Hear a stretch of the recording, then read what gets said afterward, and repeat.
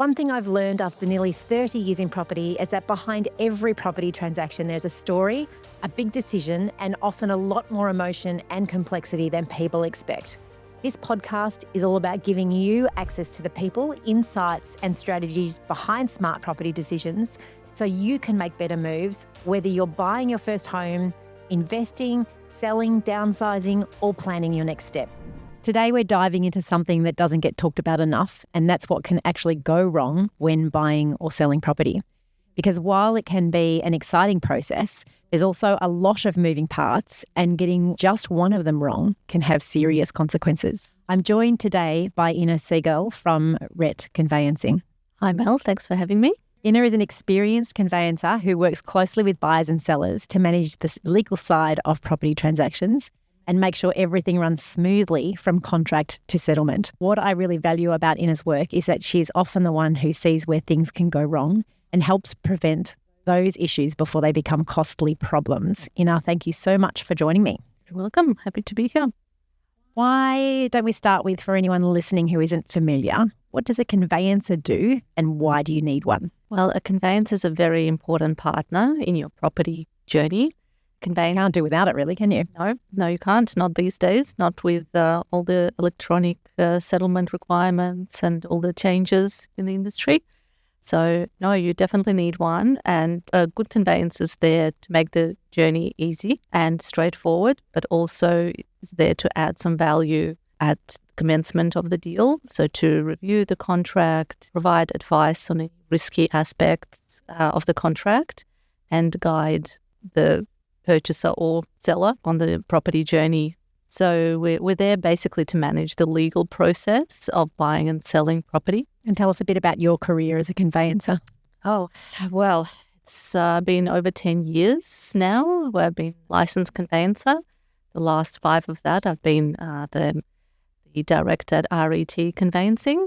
So the business has grown substantially and changed as well. There's a couple of very good staff members that work with me. One is a licensed conveyancer and others were on her way. We're pretty experienced. And you would have seen some changes over the time too, from the days where, you had to turn up to the bank to do the settlements with all the checks and things. Now it's all online, as you mentioned. For sure, the industry's changed dramatically. The last couple of years, all the titles have become electronic. The process has been streamlined.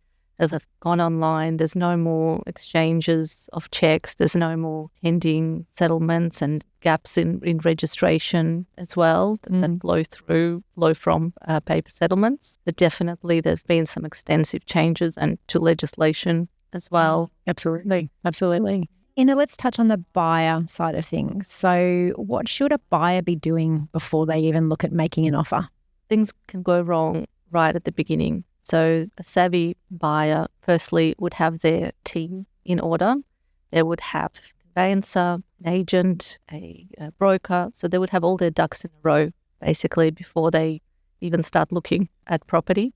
But from a conveyancing point of view, step 1 is to have their contract, Section 32, reviewed by a conveyancer, just to get an understanding of how the property is structured from a legal perspective, but also if there are any issues in the documentation that probably not obvious when a buyer goes and does their inspection. The concept of a Section 32, someone who hasn't bought a property before might not understand what a Section 32 actually is. Can you explain a little bit about that?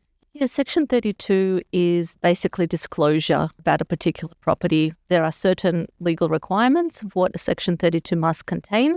But essentially, the title information, all the property outgoings, council, order, body corporate information, owners corporation, and building documentation as well. So it's a very important document for a buyer when they make a decision about whether they're going to proceed to purchase this property at all, because there might be some deal breakers within the documents are just not obvious to the naked eye. What should they be looking for in a Section 32?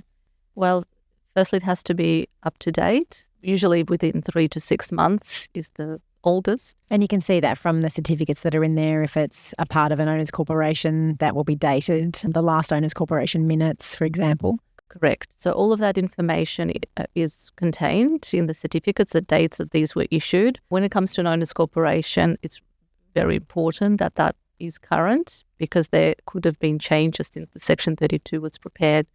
So a buyer would definitely need to request an update of Section 32 if the one that they've been provided is too old. To have a look at the minutes from the last owners corporation and to see that was done in May. So there's another one coming up. So we either need to update those, or maybe they're just about to have that meeting. Exactly, because there's the risk that there are special levies that are upcoming, or there have been changes to the quarterly fees that are payable. Talking about major works. Major works, definitely. An owners corporation certificate is arguably the most important document when you're purchasing a strata property. So it is a good idea to have that. Yeah. And how often do you see buyers get caught out by not having finance properly in place? It does happen a lot, especially with timing. So often what can happen is that a buyer goes and signs up for a 30-day settlement without having even an unconditional approval in place.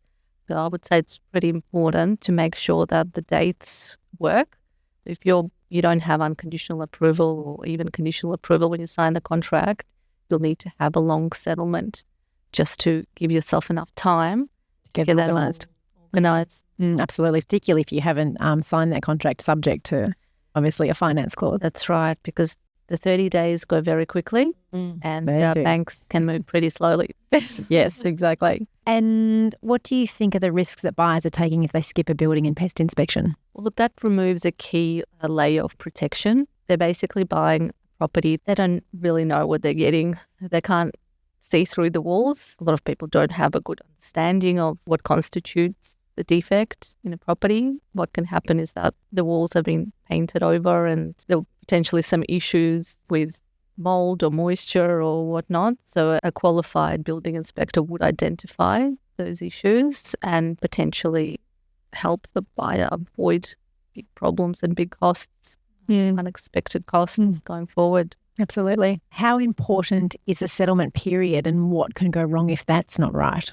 Well, look, if it's too short, there's the risk of default.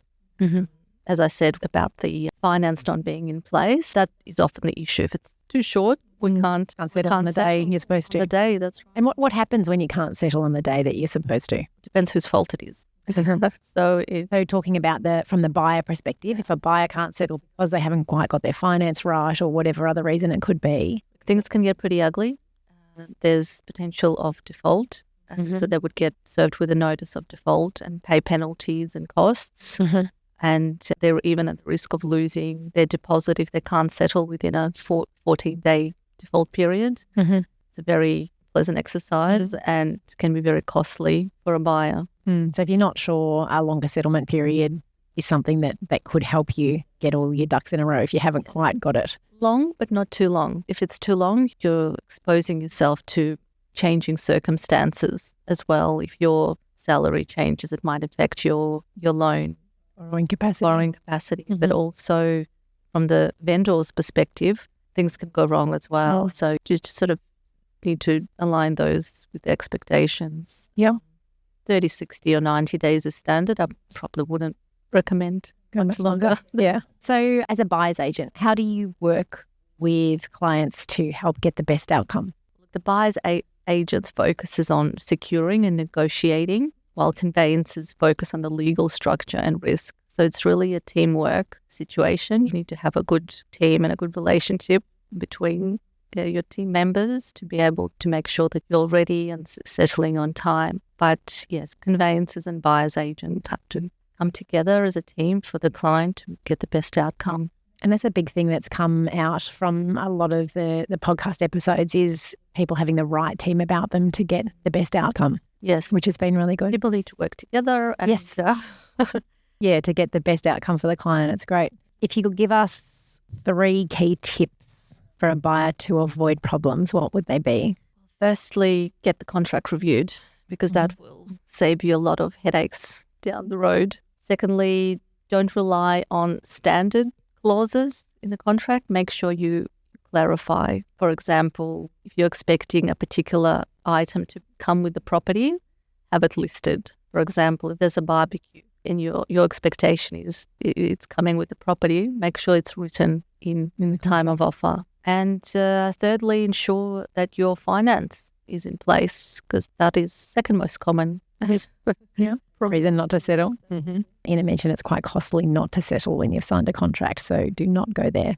I guess moving on from a vendor or a seller's side of the equation, what should the sellers be doing to prepare before they go to market from a contract point of view? They should prepare the Section 32 early and accurately. It's important to provide the right information to your conveyancer because we rely on getting accurate information from the vendor when we're preparing. Yes, all the searches and certificates are applied for, but if the vendor does not disclose, then often it does not go into the Section 32. And the effect of that is a defective Section 32 and potentially a non-binding sale. So you see issues with missing or incorrect information in a Section 32 sometimes. What can that lead to? Well, it can lead to a void contract, the deal falling apart. If there are certain documents that are a complete deal breaker, if they're not contained within the Section 32, then the buyer can withdraw very easily and just walk away and get their deposit back. And that can be quite devastating, particularly if you're relying on that property to settle to get your next property that you've already bought. Exactly right. Can have a big butterfly effect. What should vendors know about discharging their mortgage, and where do you find, pitfalls in that process? Well, firstly, you need to know your lending. You have to know what exactly is securing a particular loan. If it's more than the one property, you should start talking to your bank early because it may be a partial discharge and then they need to do a valuation, which takes time. You need to speak to your bank when you're starting to consider to sell your property, just to understand that you can just sign your discharge form and have that property. And it's straightforward. Released. Yeah, because if it is complex, as you mentioned, like some people have multiple properties all cross collateral in their mortgages, and so you can't just take one out to settle.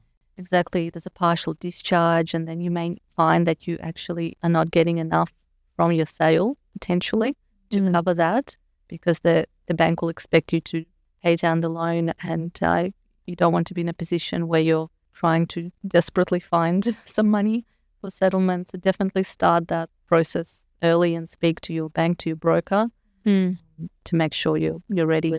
Tell us about Section 27. So when a person sells a property, a deposit is kept, 10% usually with the selling agent. That can be released to the vendor with a Section 27, Correct. Which not many people know about. It's actually, Victoria's the only state where that's allowed. There is a process under Section 27 to have the deposit released, but it's not as easy as it sounds. And this is also something to get started early if you are reliant on the deposit funds to fund a purchase or... And sometimes it's better just sitting in the owner's bank account than the agent's trust account. Interest as well. But it is all part of that discharge of mortgage process. The bank needs to issue a letter to show the details of your mortgage. It's not an automatic right to have your deposit released, and the buyer does have 28 days to consider whether they will allow a signing or whether they have a valid objection. Usually a valid objection is when you owe more than 80% on your mortgage. That is considered valid objection, and the deposit cannot be released. So have that conversation with your conveyancer just to understand whether you can expect an early release of deposit. And you should be having that conversation with them as you start to organise the contracts to be prepared. If you're reliant on that deposit, get the process started early, make sure you'll have your bank letter ready to go, and then as soon as the contract's signed, the Section 27 can be served on the purchaser. Right, and the purchaser can sign Section 27, so then they can even get it earlier than the 30 days that they have to wait if they don't sign it. Correct. As soon as the purchaser signs the Section 27, the deposit can be released. Great. That's probably a help for many people. Are there any common contract issues that sellers should be aware of? I guess that we haven't mentioned already. Something like building works.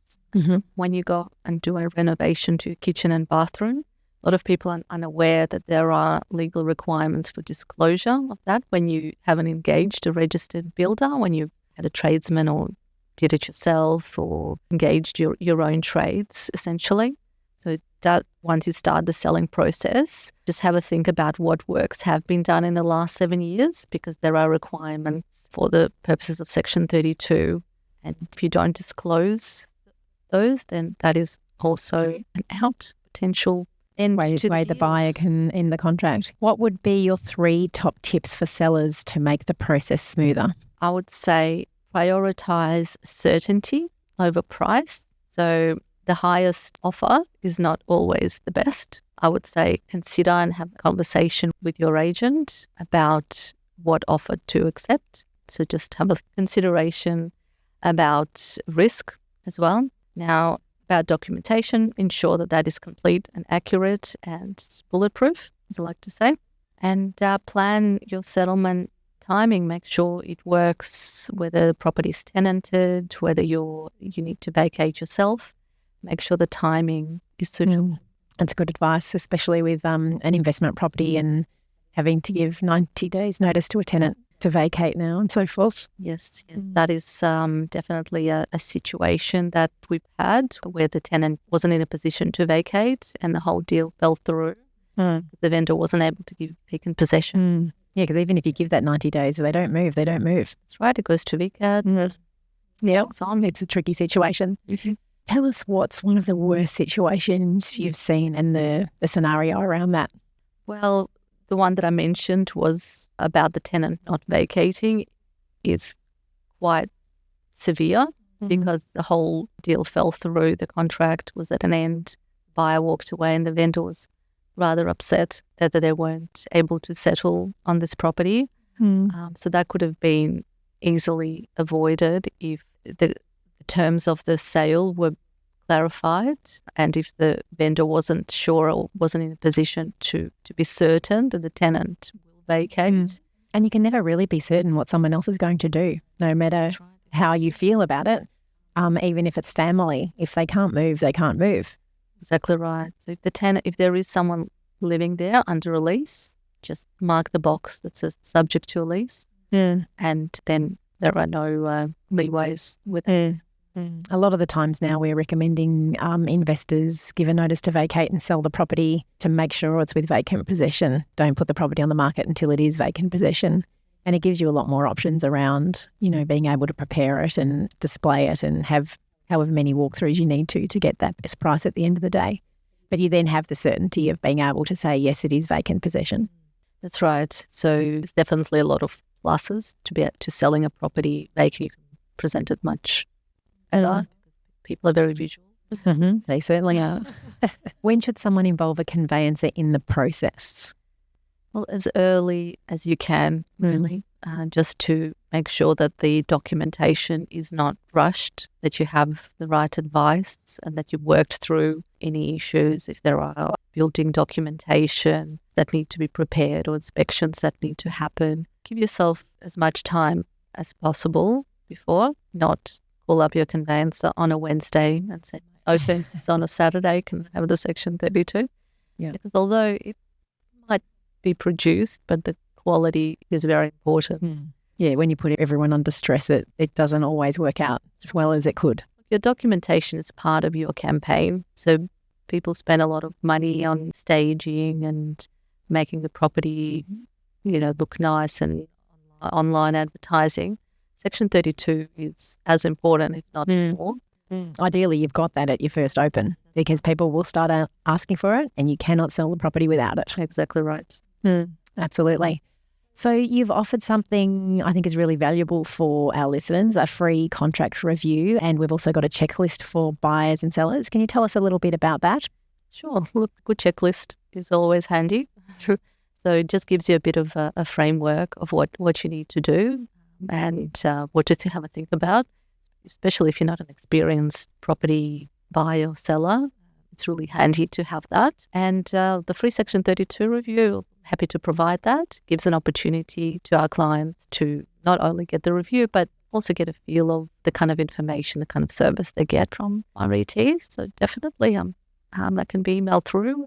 Yeah, just if you fill in the link that's in the show notes, that will give us your details and the service that you're after. We'll send you the checklist and get you in touch with Inna, so that would be great. So in closing, Inna, if someone is about to buy or sell and wants to avoid any kind of issues, what's the one thing that they should do before they commit to anything? Well, they should build a strong support team early on. Conveyancer, broker, agent so you get the right advice before you sign on the dotted line. Mm-hmm. That would save you a lot of headaches and a lot of problems and potentially a lot of money. Absolutely. Inna, thank you. It's been incredibly helpful for such an important conversation for anyone buying or selling, having you in today. If anyone would like to take advantage of the free contract review or download the checklist, we'll include it in the link in the show notes as we mentioned. And if you're navigating a property decision and want to make sure you've got the right team around you, I'm always here to help you guide through that as well. Thanks for listening to the Melbourne Property Brief, and don't forget to subscribe so you don't miss out on the next episode.